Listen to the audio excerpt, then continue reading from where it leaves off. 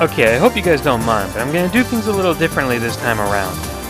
Because, for some of these comments, I can't really give a comment for because I haven't played Link's Awakening, or Oracle of Ages, Oracle of Seasons, or even the Minish Cap. However, there weren't enough for the Minish Cap, so I put the people down who said that they liked Link's Awakening, and Oracle of Ages, and Oracle of Seasons.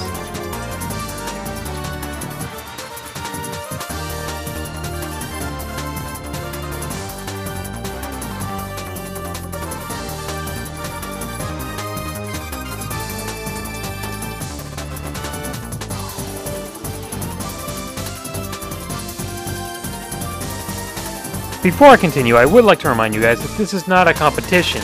This is not a voting competition. This is not anything of that sort. You're just giving your opinions, so there's no mocking allowed for this.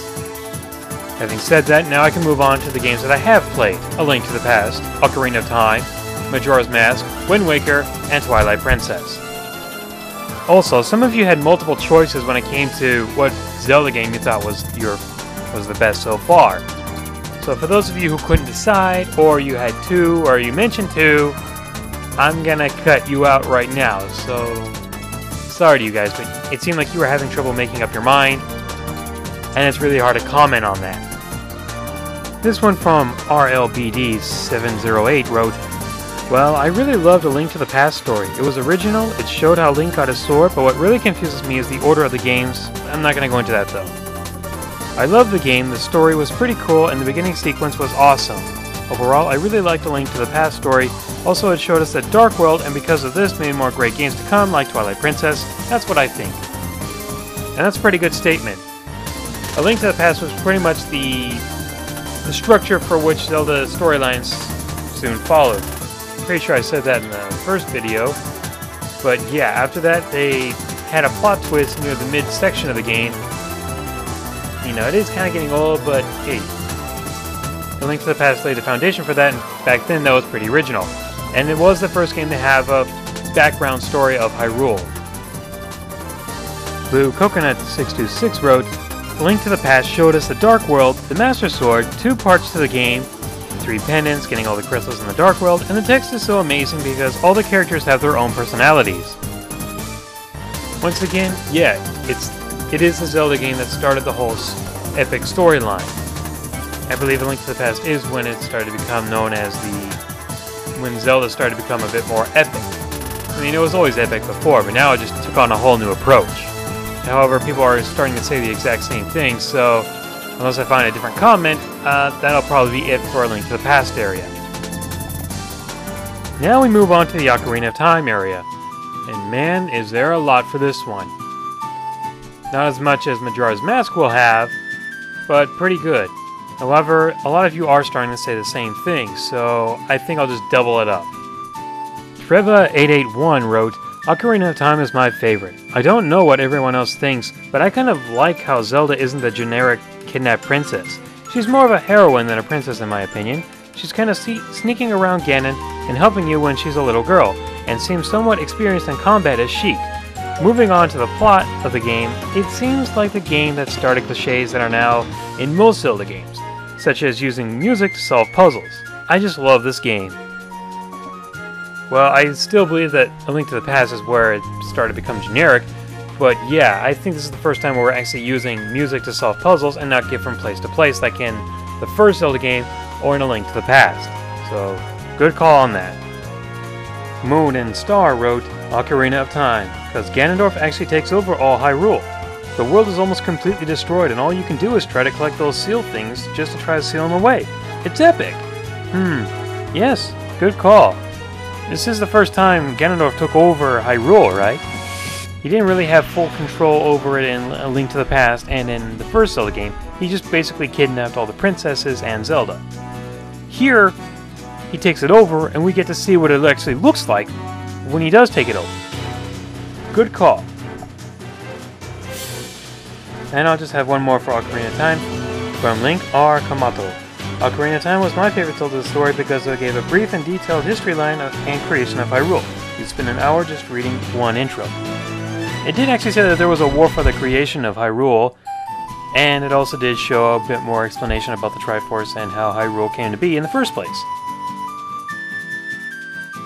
Now to move on to Majora's Mask, and as I expected, there was a lot of people who would say Majora's Mask was the best one.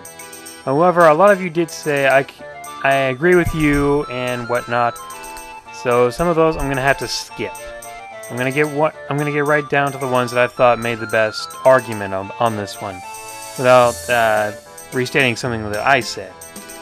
Florin Hart and Mario Link Genofan both kind of had the same thing in their statement, that every character in the story had a background story, and they weren't just there to fill space. Which is very true in the game. It's actually very true. Every character has a background story. Just about everybody. There's certainly a lot of characters in the game that actually have a background story, at least more than I think that any other Zelda game story so far. Psycho Arson X wrote, Majora's Mask is probably my favorite mainly because in it you generally cared about the characters, except Tingle, and what was going to happen to them. I'll admit that dark storylines are interesting, but that's not why I like Majora's Mask. In fact, quite the opposite. You see, Majora's Mask had you going around saving the different regions of Termina and pretty much bring light to them. Majora's Mask is also kind of emotional, which I really liked because no other Zelda made you feel sad. Continuing on top of that, you never had to save Zelda, which I thought was a nice change of pace compared to other Zelda games where you just kept rescuing Zelda over and over again, which gets very redundant. Okay, I do like how you brought up that there is some good storytelling in the game, but remember that at the beginning of it, it is kind of dark because you have to help these people first, and then it becomes all happy and joyful, like you see in the ending.